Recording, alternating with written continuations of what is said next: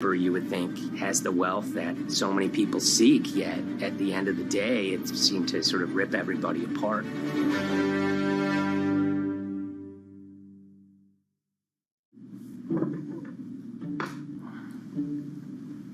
My name's Tom Schoenberg. I'm a senior reporter here at Bloomberg News, cover financial enforcement. I was approached by someone close to the Schottenstein family and asked whether or not I would be interested in writing about Beverly Schottenstein and this case that she had against J.P. Morgan. And it was immediately clear that there was a great story here to be told.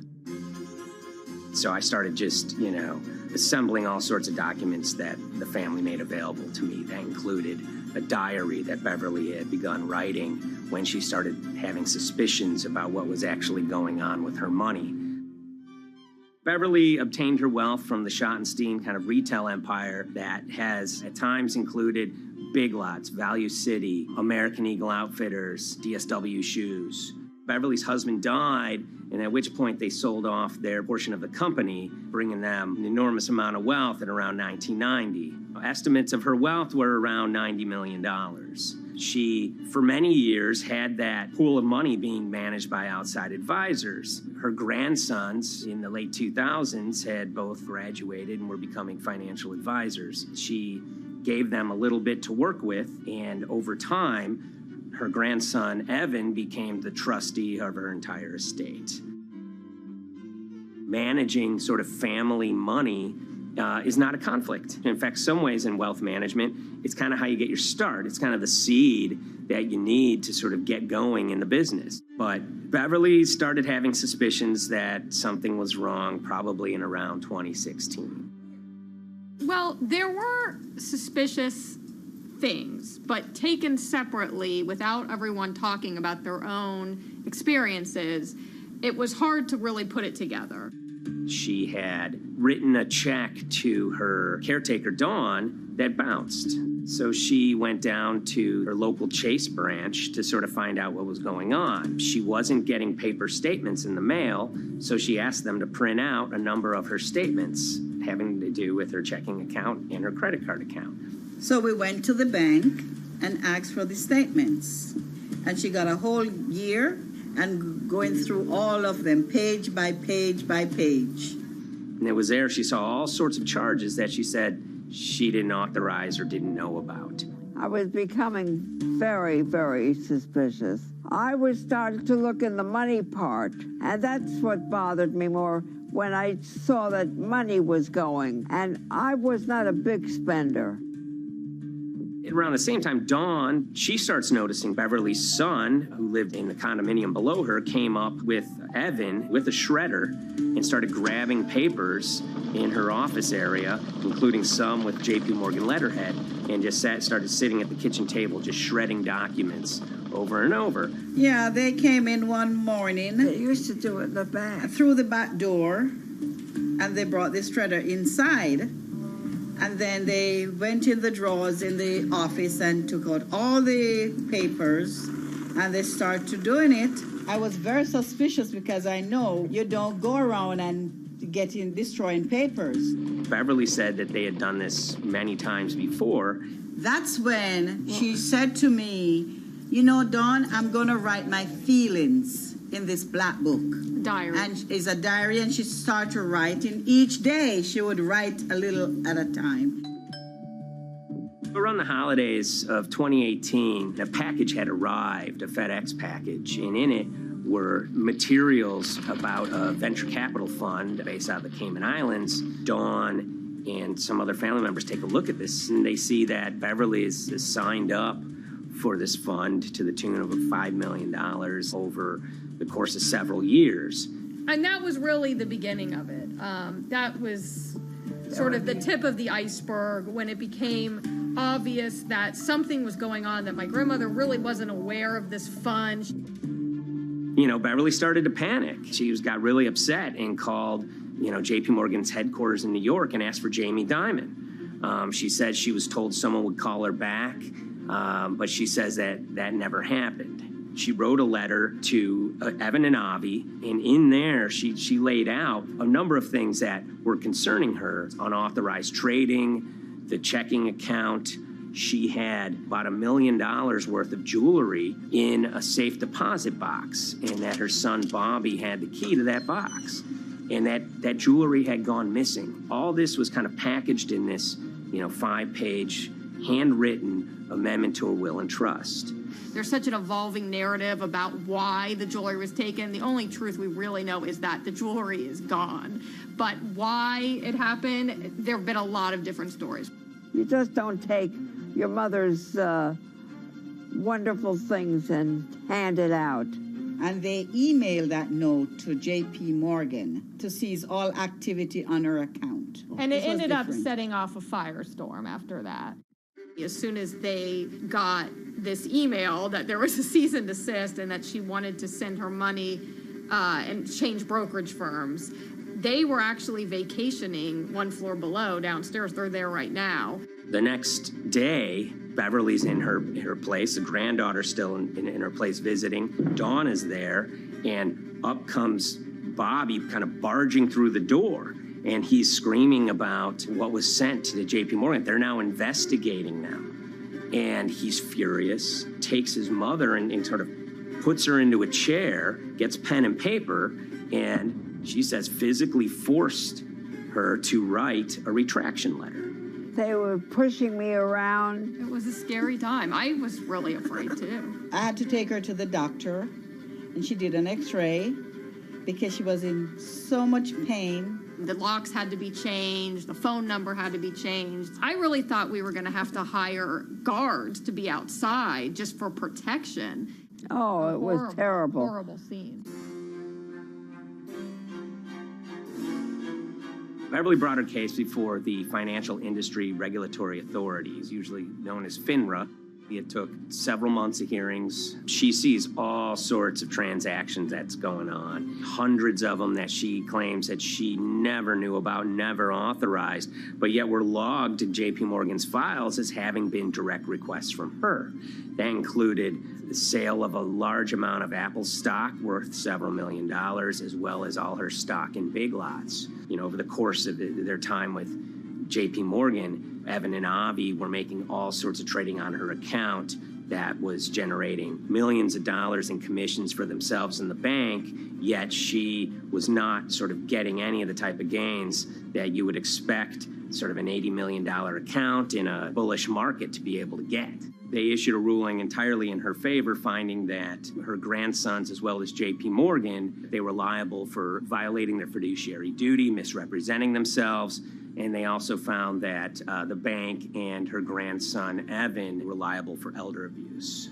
Evan and Avi, they were fired from J.P. Morgan. They issued an award of about $19 million. I reached out for comment, and J.P. Morgan emphasized that Evan and Avi were no longer with the firm and that their actions do not represent the sort of values of the bank. I reached out to Evan and Avi, heard back from their lawyer saying that, they disagree with the law and the facts that FINRA kind of used to decide the case against them and are seeing if they can have it withdrawn. Her son, Bobby, wrote her a letter, said his sons weren't criminals, and he also admits to taking her jewelry. And he says he needed it to pay off some bad business debts he had. They never once came up to say, I'm sorry. If there had been an apology and some acceptance, and asking for forgiveness from my grandmother, I don't think we'd be in the position that we are now. Since the piece came out, we've received dozens of messages from people, many of whom are telling their own sort of personal tales of, kind of financial advisors gone bad, or family members who got control of an estate and abused, those within. Seems that it's really resonated with a lot of people. I keep, hearing a lot of feedback about Beverly and how, a lot of people feel she did the right thing. You're never too old to stand up for yourself and try to right an injustice. She was adamant that she wanted to stand up for herself, but at the end of the day, they did wrong. It's a painful life lesson. Beverly taught them that you don't mess with grandma.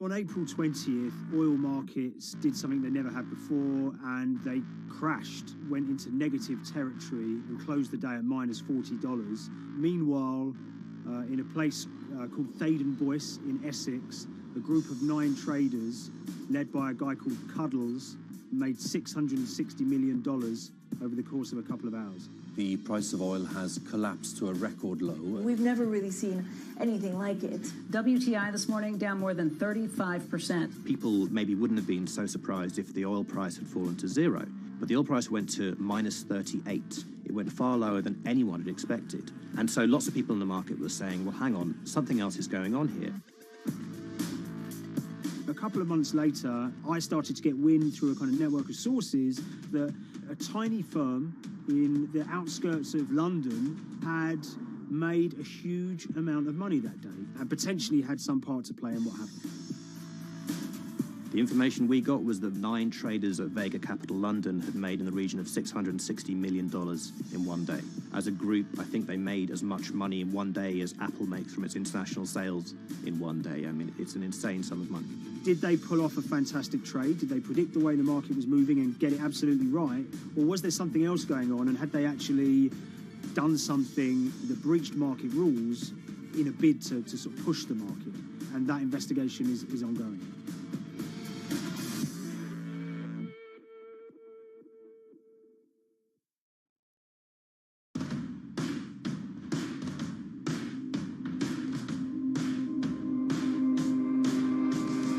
So Paul Commins is a trader who cut his teeth in the pits in the 80s and 90s when everyone had a nickname. His was Cuddles.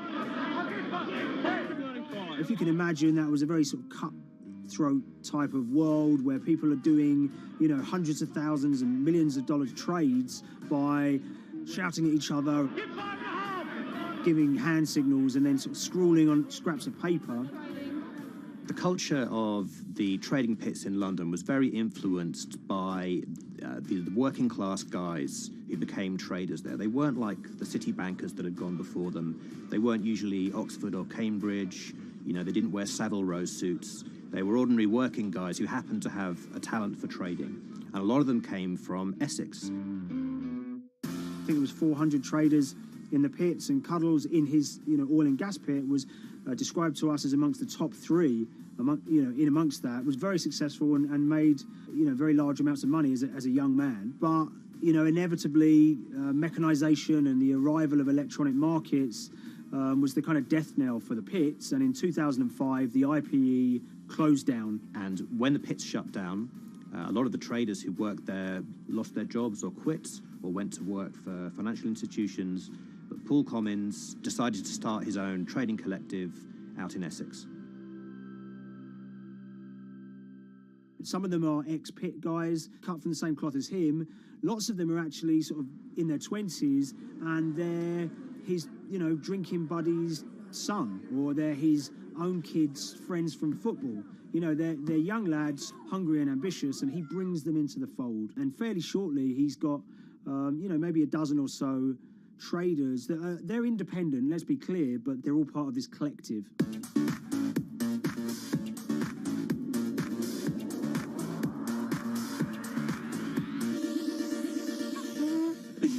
Yeah, I'll let Liam deal with Essex. I am from Essex, so I feel like I'm free to to get into this. Sweet, as they say. If you were to ask someone in Britain how they would imagine a kind of Essex person, they would see someone who's maybe slightly flamboyant, with a sort of Cockney accent, a sort of Guy Ritchie-style accent. Not afraid to splash the cash, but it's probably pretty bright and has done well for themselves. Don't even make sense, does it? But, these guys, they drove around very nice Rolls Royces and Bentleys. They went to places like Marbella on holiday. Thaden Boyce is a very wealthy place. You have to have considerable income to be able to afford to live in that village. It's a really nice place to live, and it's 20 minutes tube ride away from the city. Earlier in the summer, we have this lead, which is that there's this tiny firm called Vega Capital London, and they were the biggest winners from the biggest oil crash in history. Anyone that covers markets is going to be surprised about that. You're thinking your BPs of the world or your Glencores, but there's this tiny firm. And one of the big challenges that we had was actually finding out who worked with Vega Capital. It wasn't immediately obvious, and at first we had absolutely no idea. If you go to the Vega Capital website, it says it's under construction. If you do basic online searching, it's very difficult to find anyone who's publicly connected to the company. So inevitably, we're incredibly curious at this point. Like, who the hell are these people? The more reporting we did, the more it became clear that this group were connected socially as well as professionally. They went to weddings together, they played golf together, they would go on holiday together. We found out that a number of them were members of the West Ham Supporters Club in London. A few of them started companies together, so you could see all the connections between them and start to see a distinct group emerging. And it really just was this kind of shock that, this wasn't just like a hedge fund or a firm you'd never heard of.